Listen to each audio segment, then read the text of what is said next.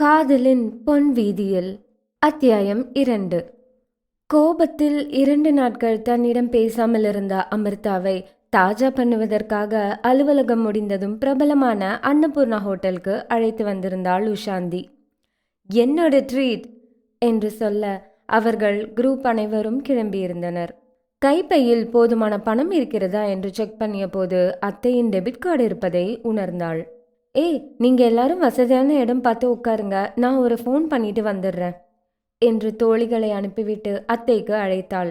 எப்படிடா இருக்க, வேலை முடிஞ்சு ஹாஸ்டலுக்கு வந்தாச்சா என்று விசாரித்த அத்தையிடம், அத்தை ஒரு ஹெல்ப், நான் என் ஃப்ரெண்ட்ஸோட ஹோட்டலுக்கு வந்திருக்கேன், ஒருவேளை பணம் பத்தலைன்னா உங்கள் கார்டு யூஸ் பண்ணிக்கவா என்று கேட்ட மருமகளிடம், நான் உனக்கு யூஸ் பண்ண சொல்லித்தானே கார்டு கொடுத்தேன், திரும்பவும் பெர்மிஷன் கேட்குற, அப்போ இந்த அத்தையை நீ வேற ஆளை தானே நினைக்கிற, இனிமே உன் பேச்சு கா என்று இளவரசி சொல்லும்போதே குரல் தழுத்தழுத்து விட உஷாந்தினி பதைத்தாள். சாரி அத்தை, நான் இனிமே உங்ககிட்ட இந்த மாதிரி பெர்மிஷன்லாம் கேட்க மாட்டேன், நான் செய்கிற எந்த விஷயத்தையும் நீங்கள் மறுக்க மாட்டீங்கன்னு எனக்கு நம்பிக்கை இருக்கு என்றவள் சந்தோஷத்துடன் உள்ளே நுழைந்தாள். தோழிகள் ஆரவாரத்துடன் அவளை தங்கள் அருகில் அழைத்து கொள்ள அதன் பின்னர் 1 மணி நேரம் அங்கு கச்சேரி களை கட்டியது. எல்லாரும் மாசம் சம்பளம் வந்த பிறகுதான் ட்ரீட் கொடுப்பாங்க, நீ மட்டும் முதலே கொடுத்துட்ட, தேங்க்ஸ் என்று தோழியிடம் உண்மையான காரணத்தை சொல்ல முடியாமல் அசடு வழிந்தாள். உன்னை தாஜா பண்ண ஹோட்டலுக்கு கூப்பிட்டா அம்புட்டு பேரையும் கூட்டிட்டு வந்து என்னோட பர்ஸை காலி பண்ணிட்டேல்ல என்று அருகில் அமர்ந்திருந்த அமிர்தாவிடம் யாரும் அறியாமல் பல்லை கடித்தாள். உனக்கு என்ன தெரியும், நீ என்ன சொன்னன்னு கேட்டு 2 நாளா அந்த அக்னி என்கிட்ட நெருப்ப கக்குனதுல நான் தீஞ்சு போயிட்டேன், அதுக்கு இந்த அளவாது பழி வாங்க வேண்டாமா? அமிர்தா சொல்லியதை கேட்ட உஷா ஹஹஹா என்று சிரித்தாள்.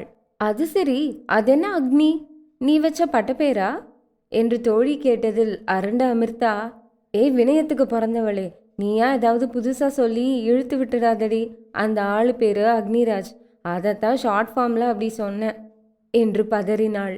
ராஜா மாதிரி பர்சனாலிட்டி இருந்தாலும் அதை விட்டுட்டு குணத்தை வச்சு எல்லாரும் ஃபயர்னு கூப்பிடுறது சூப்பராக இருக்கு, ஐ லைக் இட் என்று கூறி கலகலத்து சிரித்தாள். போதும் போதும் கிளம்புங்கடி என்று கூறி அனைவரும் கிளம்பினர். அவர்கள் பேசிய அனைத்தையும் பாதியாக பிரிக்கப்பட்ட உணவு கூடத்தின் இன்னொரு பக்கத்திலிருந்து அவன் கேட்டு கொண்டிருந்தான். கூட இருந்த நண்பன் கேலியாக அவனது முகத்தை பார்க்க ஷ் என்று வாயில் விரலை வைத்து அவனை எச்சரித்தவன் அவர்கள் கிளம்பி செல்லும் சத்தம் கேட்டு எழுந்து சென்று யார் என்று பார்த்தான். அமிர்தாவுடன் அவளை பார்த்ததுமே விஷயம் புரிந்துவிட்டது. தன்னுடைய பெயரை கேலி செய்தது ஒரு பக்கம் கோபத்தை வரவழைத்தாலும் ராஜா மாதிரி பர்சனாலிட்டி என்று அவள் வாயால் சொன்னதை கேட்டதும் அவனது உள்ளம் குதியாட்டம் போட்டது. கை கழுவும் போது கண்ணாடியில் தனது முகத்தை பார்த்து கொண்டவன் அவள் சொன்னது மாதிரி ராஜா போலதான் இருக்கிறேன் என்று எண்ணி பெருமிதம் கொண்டான். பார்க்கும் பொழுதெல்லாம் ஃபயர் என்ற சொல் நினைவுக்கு வர தனக்குள் எழுந்த சிரிப்பை மறைக்க சிரமப்பட்டு வாய்க்குள் அடக்கிக் கொள்வாள். அவளது முகமே எதற்காக சிரிக்கிறாள் என்பதை அவனுக்கு காட்டி கொடுத்துவிடும். அவர்கள் பேசியது அவனுக்கு தெரியாது என்ற நினைப்பில் அவர்கள் இருக்க உணர்ச்சிகள் தொலைத்த முகத்துடன் கடந்து விடுவான். சரியான கருங்கல் சிற்பம் என்று உஷாந்தினி வாய்க்குள் பேசியது அருகில் இருந்த நர்மதாவிற்கு கேட்டுவிட்டது. என்னடி சிற்பம் அது இதுன்னு உளறிட்டு இருக்க, எந்த கோயிலுக்கு போன? அவளது கேள்வியில் எரிச்சல் அடைந்தவள், அம்மா தாயே பேசாம வா, உனக்கு கோடி புண்ணியமா போகும் என்று கூறி வாயை அடைத்தாள். கம்பெனி தலைமையகத்தில் இருந்து எல்லா கிளைகளுடன் ஆன்லைன் மீட்டிங் நடத்தியதில் புதிய ப்ராஜெக்ட் நிறைய வந்திருக்கும் விஷயம் தெரிய வந்தது. நாளைக்கு காலையில் ஆஃபீஸில் மீட்டிங், ப்ராஜெக்ட் ஹெட் டீம் எல்லாம் திரும்பி பிரிக்க போகிறாங்க, ஸோ எல்லோரும் வேற வேற டீம் மாறுறதுக்கு சான்ஸ் இருக்கு என்று எல்லோரும் பொதுவாக பேசிக்கொண்டனர். அதுபோலவே டீம் பிரிக்கப்பட அக்னிராஜ் தலைமையில் இருந்த அமிர்தா இன்னொரு டீம் மாற்றப்பட்டாள். உஷாந்தினி அக்னியின் கீழ் வேலை செய்வதற்கு தேர்ந்தெடுக்கப்பட்டாள். டீம் பிரிக்கப்பட்டதும் ப்ராஜெக்டின் ஹெட் அவரவர் டீமில் உள்ளவர்களிடம் மதியம் ப்ராஜெக்ட் பற்றி மீட்டிங் இருக்கிறது என்று சொல்லி லஞ்சுக்கு கலைந்து சென்றனர். அமிர்தா மிக சந்தோஷமாக தெரிந்தாள். அமிர்தா, ரொம்ப சந்தோஷமா இருக்கிற மாதிரி இருக்கு. விஷயம் தெரிந்த தோழி வேண்டுமென்றே கேட்க, ஆமாண்டி, இந்த 1 மாசத்துல மூச்சு முட்டின மாதிரி ஆகி போச்சு அந்த ஆளுக்கு கீழே வேலை பார்த்தது. சரண் அந்த மாதிரி கிடையாதுன்னு எல்லாரும் சொல்றாங்க, பார்க்கலாம், ஆனா உஷாந்தினி தான் பாவம் என்று கூறினாள். மற்றவர்கள் உஷாந்தினி முகத்தை பார்க்க அவள் அலட்சியமாக தோலை குலுக்கி உதட்டை வளைத்தாள். எனக்கு என்ன பிரச்சனை? ஃபயர் ப்ராஜெக்ட் ஹெட், நான் அதில் ஒர்க் பண்ணுறேன், சொன்ன வேலையை முடிக்க போகிறேன், இதுக்கு எதுக்கு நான் பாவம்னு சொல்கிறீங்க என எளிதாக சொல்ல மற்றவர்கள் தான் விழித்தனர். அது சரி, சொல்லும்போது ஈஸியாக தான் இருக்கும், அவர்கிட்ட வேலை பார்க்கும்போது தானே தெரியும் மனதுக்குள் நினைத்தாலும் வெளியில் சொல்லவில்லை அமிர்தா. மதியம் குழு மீட்டிங்கில் அக்னி பேசிய போது ப்ராஜெக்டை அவன் விளக்கிய விதம், கம்பெனியின் எதிர்பார்ப்பு, அதில் அவர்கள் எவ்விதம் வேலை செய்ய வேண்டும், யாருக்கு எது எளிதாக தெரியும், மற்றவர்கள் அவர்களுக்கு எவ்வாறு கோஆப்ரேட் பண்ண வேண்டும் என்று அலசி ஆராய்ந்தான். Wow, simply super. மனதுக்குள் சிலாகித்தாலும் வெளியில் அமைதியாக அவன் சொல்லும் ஒவ்வொன்றையும் கவனித்தாள். மற்றவர்கள் கவனிக்க மட்டும் செய்ய அவள் சின்ன நோட்பேடில் குறிப்பெடுத்து கொண்டாள்.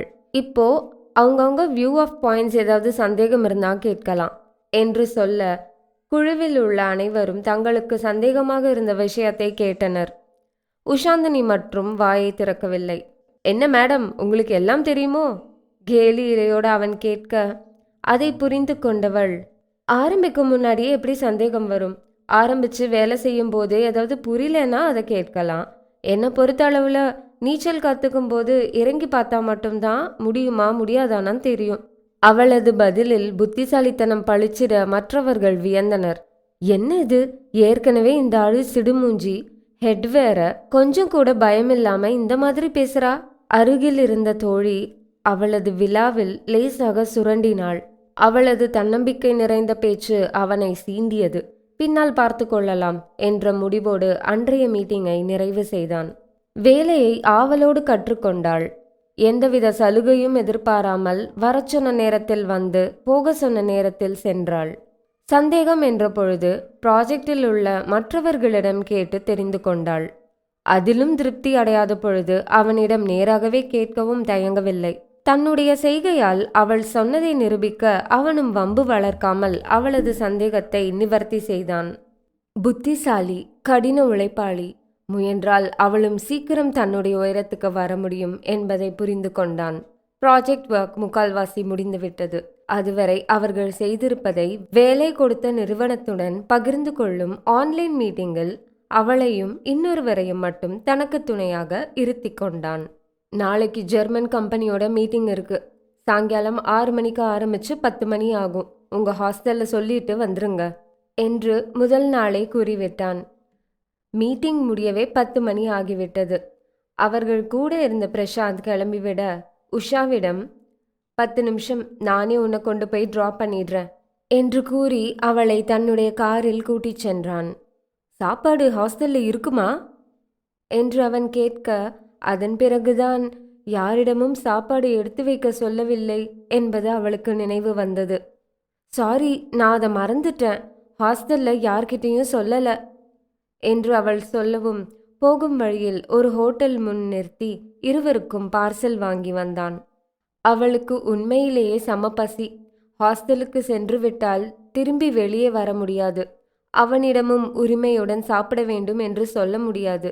சூழ்நிலையை புரிந்து கொண்டு அவன் உடனே செயலாற்றியது அவளது மனதை நிறைத்தது. தேங்க்ஸ் என்று உளமார்ந்த குரலில் நன்றி கூறினாள். பதில் எதுவும் கூறாமல் அவளை பார்த்த பார்வையில் ஏதோ ஒரு செய்தி தெரிந்தது.